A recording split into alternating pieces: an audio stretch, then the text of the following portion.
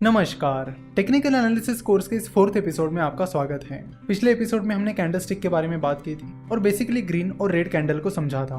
आज हम वहां से आगे बढ़ेंगे। तो किसी भी कैंडल की जो बॉडी होती है वो बहुत इंपॉर्टेंट होती है। बॉडी से हमें दो चीजें पता चलती है, उस दिन की या उस पीरियड की ओपनिंग प्राइस और उस दिन की या उस पीरियड की क्लोजिंग प्राइस। और बॉडी के कलर से हमें पता चलता है कि वो बुलिश कैंडल है या बियरिश कैंडल है।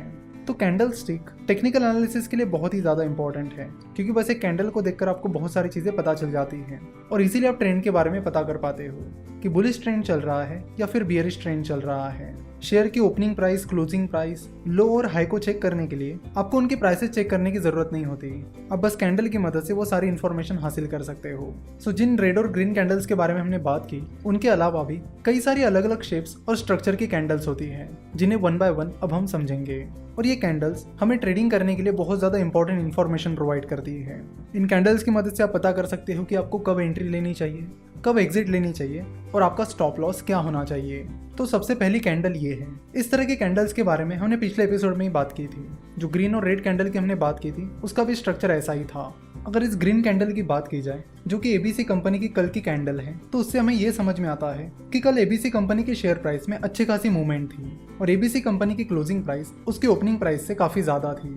सिमिलरली अगर इस रेड कैंडल की बात की जाए और अज्यूम किया जाए कि ये रेड कैंडल XYZ नाम की कंपनी की कल की कैंडल है, तो इससे हमें समझ में आता है कि XYZ नाम की कंपनी के शेयर प्राइस में कल अच्छी खासी मूवमेंट थी और कंपनी की क्लोजिंग प्राइस उसकी ओपनिंग प्राइस से कम थी।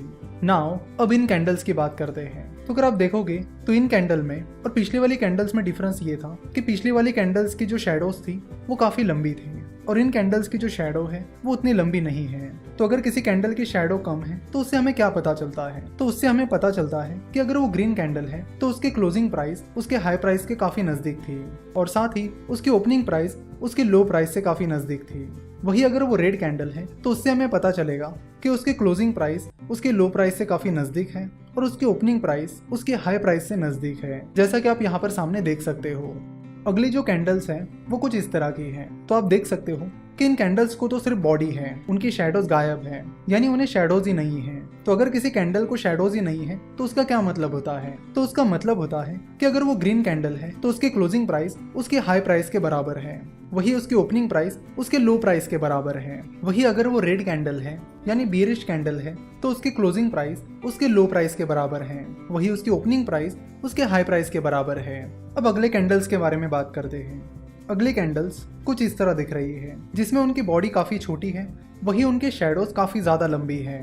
तो इनसे हमें क्या पता चलता है? तो इनसे हमें पता चलता है कि जिस दिन की ये कैंडल है उस दिन शेयर प्राइस में मूवमेंट तो काफी ज्यादा थी, पर शेयर प्राइस आखिर में उसके ओपनिंग प्राइस के बराबर जाकर ही क्लोज हुई है।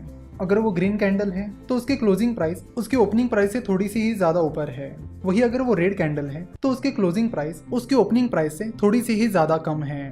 तो इन कैंडल से हमें पता चलता है कि उस दिन शेयर प्राइस में मूवमेंट बहुत ज्यादा हुई थी। जैसे कि आप देख सकते हो कि उसके लो प्राइस में और हाई प्राइस में काफी ज्यादा डिफरेंस था, पर वो शेयर प्राइस उसके हाई प्राइस पर या लो प्राइस पर मेंटेन नहीं रह पाई और आखिर में वो शेयर प्राइस उसके ओपनिंग प्राइस के पास जाकर ही क्लोज हुई।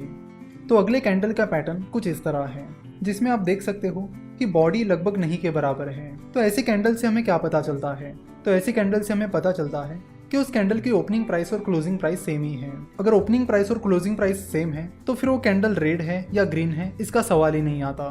तो ऐसे कैंडल से हमें ये समझ में आता है कि शेयर प्राइस में मूवमेंट तो अच्छी खासी थी, पर शेयर प्राइस जहां पर ओपन हुई वही जाकर क्लोज हो गई, वो अपने मोमेंटम को बनाए नहीं रख पाई। उसके बाद कुछ कैंडल इस तरह की होती है जिनमें लोअर शैडो ही नहीं होती।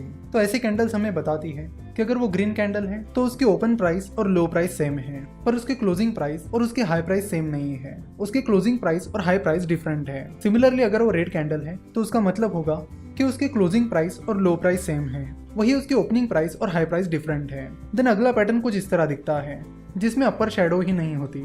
सो ऐसे कैंडल से हमें ये पता चलता है कि अगर वो ग्रीन कैंडल है तो उसकी क्लोजिंग प्राइस और हाई प्राइस सेम है, वही उसकी ओपनिंग प्राइस और लो प्राइस डिफरेंट है। वही अगर वो रेड कैंडल है तो उससे हमें पता चलेगा कि उसकी ओपनिंग प्राइस और हाई प्राइस सेम है, वही उसकी क्लोजिंग प्राइस और लो प्राइस डिफरेंट है। तो ये जो अलग अलग तरह की कैंडल्स होती है वो हमें अलग अलग इंडिकेशंस देती है। इन सब कैंडल्स का नाम भी अलग अलग होता है और उनके मीनिंग भी अलग अलग होते हैं। तो आज के इस एपिसोड में हमने लगभग उन सारी अलग अलग कैंडल्स के बारे में जान लिया है। अगले लेक्चर में हम कुछ और कैंडल्स के बारे में बात करेंगे। साथ ही हम कैंडल स्टिक के जो अलग अलग पैटर्न्स हैं उनके बारे में बात करेंगे, उनसे हमें क्या इंडिकेशन मिलते हैं उनके बारे में बात करेंगे, और ट्रेडिंग में उनका कैसे इस्तेमाल किया जाता है इसके बारे में भी बात करेंगे। तो अगर आपके यहाँ तक के सारे बेसिक्स क्लियर हो गए हैं तो यहाँ से आगे आपको पैटर्न्स और इंडिकेटर समझने में बड़ी आसानी होगी। साथ ही उन पैटर्न्स और इंडिकेटर्स को यूज करने में भी काफी ज्यादा आसानी होगी। आशा करता हूँ कि आपको आज के इस वीडियो में जो भी बताया गया वो समझ में आया होगा। अब यहाँ से आगे के लेक्चर्स धीरे धीरे और भी इंटरेस्टिंग होते चले जाएंगे। आशा करता हूँ कि आपको वीडियो पसंद आई होगी।